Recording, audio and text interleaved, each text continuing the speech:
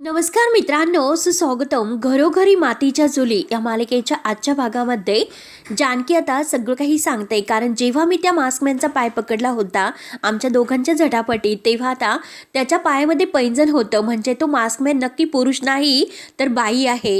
हे ऐकल्यानंतर आता सर्वांना धक्का बसतो. तेव्हा सारंग म्हणतो की बहिणी, अगं काय बोलतेस तू, एक बाई कशी असू शकते? आपण तर इतके दिवस हेच म्हणत आहे की तो मास्कमॅन आहे, तो मकरंद आहे म्हणून. तेव्हा जानकी म्हणते की असं आपल्याला वाटत होतं, कारण मास्कमॅन पुरुष नाही तर स्त्री आहे. तिच्या पायामध्ये पैंजण होतं. तेव्हा आता तो जानकीला पुन्हा एक क्षण आठवतो आणि आता ऋषिकेश विचारतो की काय बोलतेस?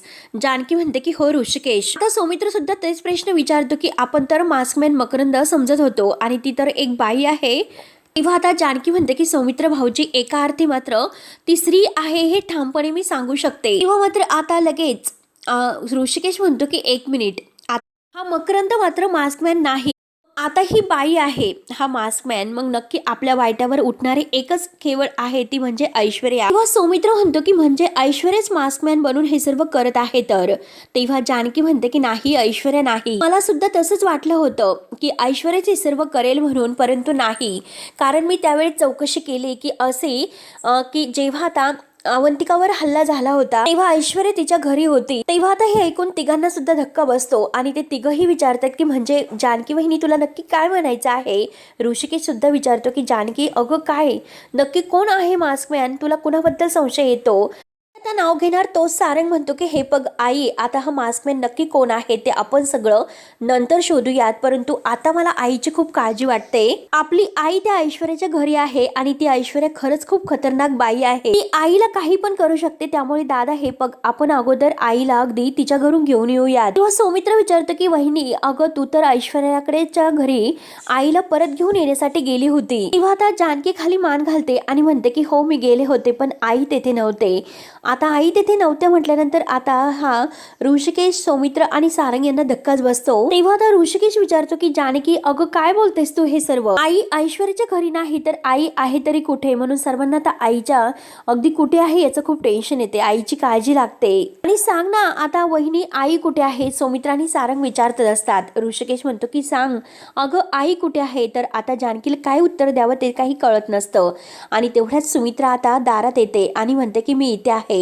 सुमित्रा सुद्धा आता हॉस्पिटलला आलेली असते आणि आईला बघून मात्र सगळ्यांच्या जीवात जीव तर येतो, परंतु सगळ्यांचे चेहरे सुद्धा खुलतात. जानकी रडतच आता आईंजवळ येते. आईला बघून तिला सुद्धा खूप आनंद होतो. त्यानंतर आता इकडे दुसरीकडे कावेरी काकू ह्या ऐश्वर्या खूपच ओरडतात. अगं तुझं डोकं ठिकाण्यावर आहे का काय? अगदी असं वेड्यासारखं कर. अगं आईसारखी माया करणारी तुझी सासूबाई आहे आणि तू तिला डावून ठेवलंस आणि तुला हे सर्व करताना शरम कशी वाटली नाही? तेव्हा ऐश्वर्या वैतागून म्हणते की बास कर, तुझा हा जो काही मेल ड्रामा आहे ना तो थांब. हा ड्रामा बंद करून मात्र तुझं तोंड सुद्धा बंद कर. तेव्हा कावेरी काकू ऐकायला तयारच नसतात. कावेरी काकू म्हणतात की हे बघ, मला तोंड बंद करायला सांगतेस, पण यावेळेस मी तुझं काही ऐकून घेणार नाही. आणि आता ही तुझी जी कारस्थानं सुरू आहे तर ती बघ मी कशी उघड करते ते. त्यामुळे आता हे सर्व मी जानकीला सांगणार आहे. तर म्हणून ती जानकीला फोन करायला घेते, पण आता ही ऐश्वर्या तिच्या हातातील मोबाईल हिसकावून घेते. कावेरी काकू रागाने म्हणतात की ऐश्वर्या, माझा अगदी गपगुमाने मोबाईल हातामध्ये दे. तेव्हा आता ऐश्वर्या म्हणते की नाही देणार. तेव्हा लगेच कावेरी काकू तिला धमकावतात, गपगुमाने माझा मोबाईल दे आणि मला जायला दे. तेव्हा ऐश्वर्या म्हणते की नाही देणार आणि सांग ना काय करशील? आता ऐश्वर्या कावेरी काकूवर धावूनच जाते आणि धमकावत तिला विचारते की काय करशील म्हणून. आता कावेरी काकू सुद्धा काही घाबरत नाही आणि त्या म्हणतात की काय करशील? यावेळेस मात्र मी तुला करून नाही दाखवत तर अगदी जाऊनच दाखवते. तेव्हा मात्र आता कावेरी काकू तेथून जायला निघतात. ते पण त्यांना जानकीच्या घरी जायचे असते. आणि आता ऐश्वर्या लगेच मोबाईल फेकून देते आणि दरवाजाजवळ येऊन उभी राहते. आणि आता कावेरी काकू जोरात ओरडतात की ऐश्वर्या, दार उघड, मला बाहेर जायचं आहे. ऐश्वर्या म्हणते की नाही, आणि यावेळेस जर तू माझं ऐकलं नाही तर मॉम मी तुझं काय करेल तुला माहिती नाही.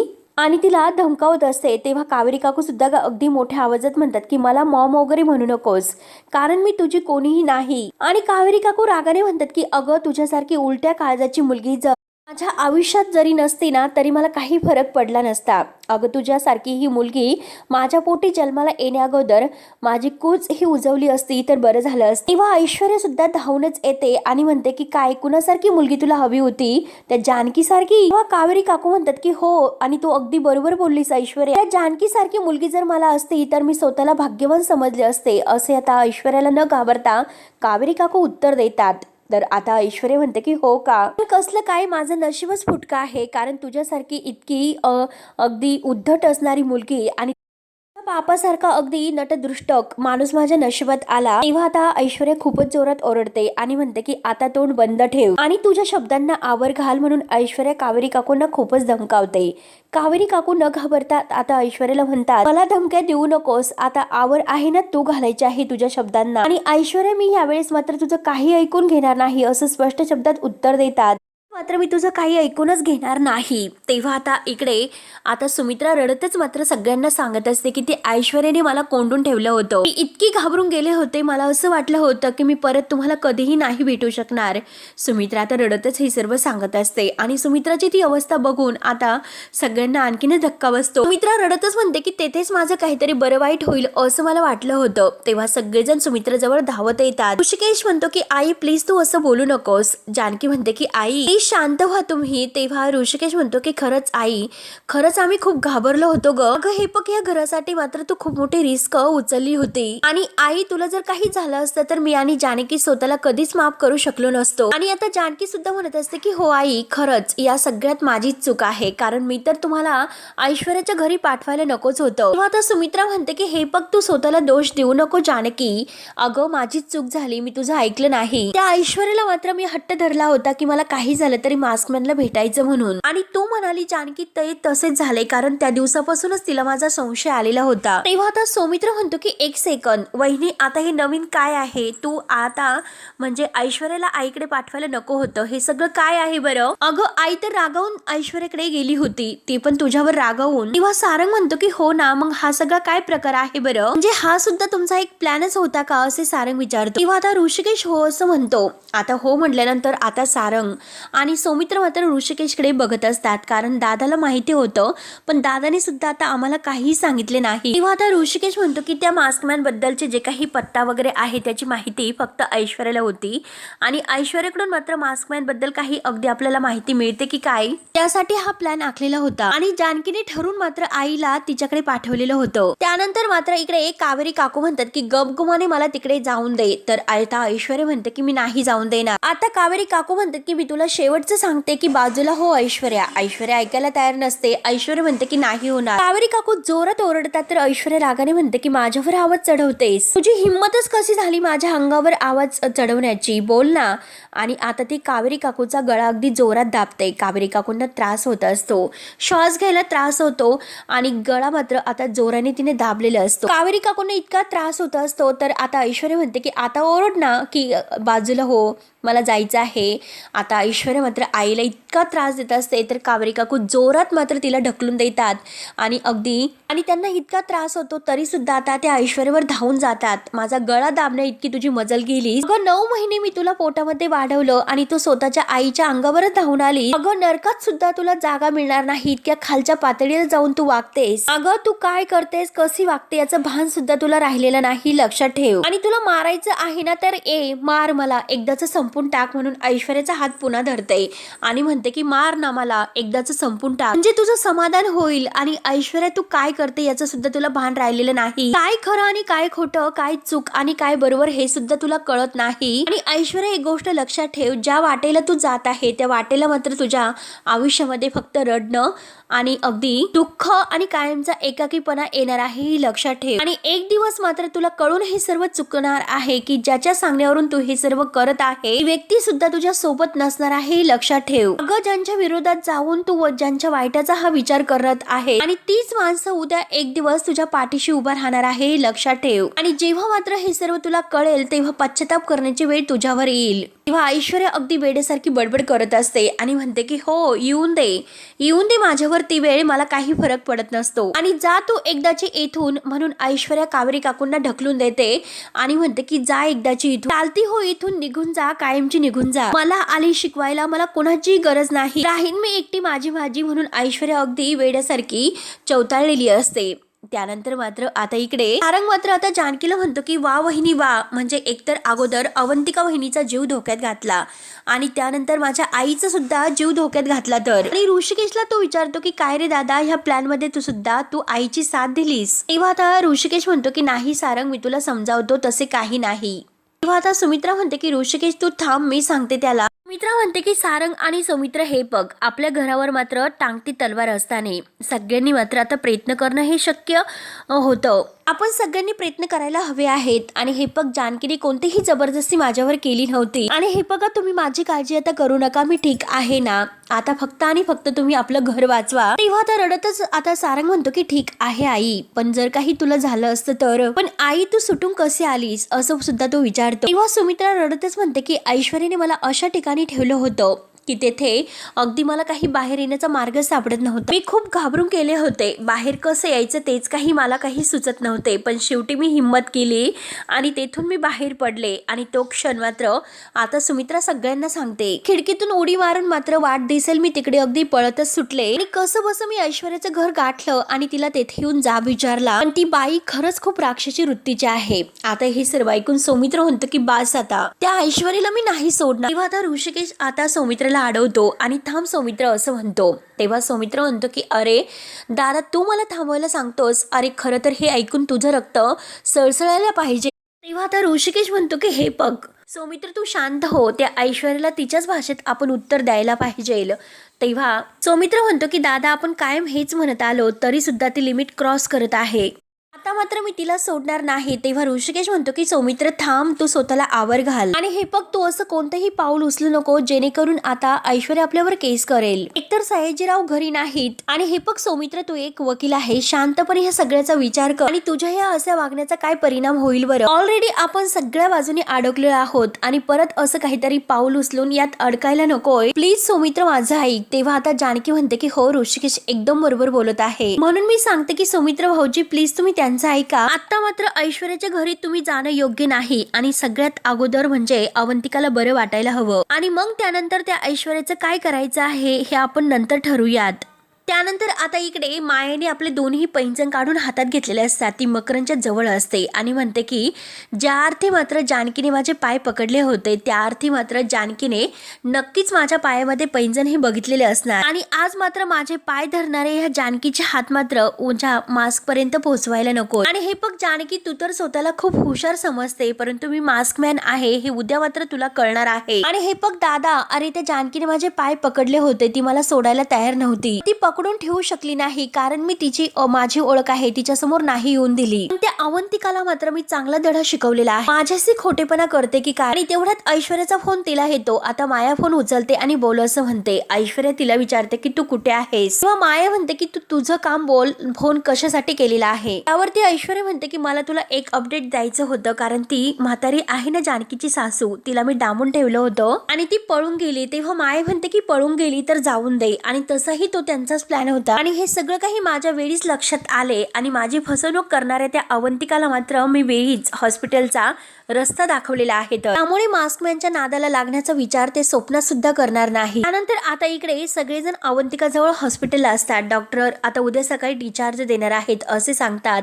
तेव्हा आता सगळेजण खुश होतात. तेव्हा आता जानकी म्हणते की फारच उशीर झालेला आहे, तुम्ही सगळेजण घरी जा, कारण आता अवंतिका जवळ फक्त मी थांबते. तेव्हा आता सौमित्र म्हणतो की नकोय वहिनी, कारण आज सकाळपासून तुझी सुद्धा खूप धावपळ झालेली आहे, तुला आरामाची गरज आहे, मी सकाळी अवंतिकाला घेऊन घरी येतोय. तेव्हा आता सुमित्रा ही अवंतिकाला विचारते की तू कशी आहेस, तुला जास्त त्रास वगैरे होत नाही ना, आता बरं वाटतं ना. तेव्हा अवंतिका म्हणते की आई मी बरी आहे, तुम्ही ठीक तर आहात ना, ऐश्वर्याने तुम्हाला काही त्रास दिलेला नाही ना. तेव्हा आता सारंग म्हणतो की काय त्रास, आणि तो हसतो आणि हे बघा वहिनी, अहो आई त्या ऐश्वर्याच्या हातावर तुरी देऊन पसार झालेली आहे. तेव्हा अवंतिका हसते आणि म्हणजे काय असं विचारते. तेव्हा सुमित्रा म्हणते की हे बघ तुझा नवरा आहे ना इथे, तो सगळं काही सांगेल आणि हे बघ जे काही घडलेलं आहे त्याचा मात्र जास्त विचार करायचा नाही आणि खरं सांगते की आपण ह्या सगळ्यातून लवकरात लवकर बाहेर पडू. तेव्हा आता जानकी कसला तरी विचार करत असते तर ऋषिकेश तिला सगळ्यांच्या समोर विचारतो की काय झालं जानकी, कसला विचार करतेस. तेव्हा आता जानकी विचार करते की माया कुठे असेल आणि ती सगळ्यांना विचारते की आता माया कुठे असेल आणि सारंगला विचारते की भाऊजी तुम्हाला माहिती आहे का माया कुठे आहे. तर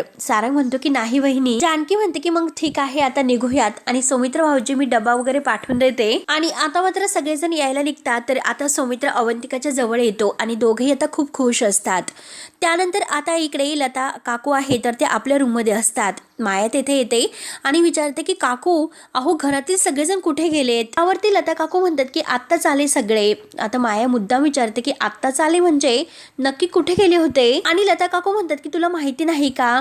तेव्हा माया म्हणते की नाही, काय झालं बरं. आणि लता काकू म्हणतात की मास्कमॅनने मात्र अगदी अवंतिकावर हल्ला केलेला आहे.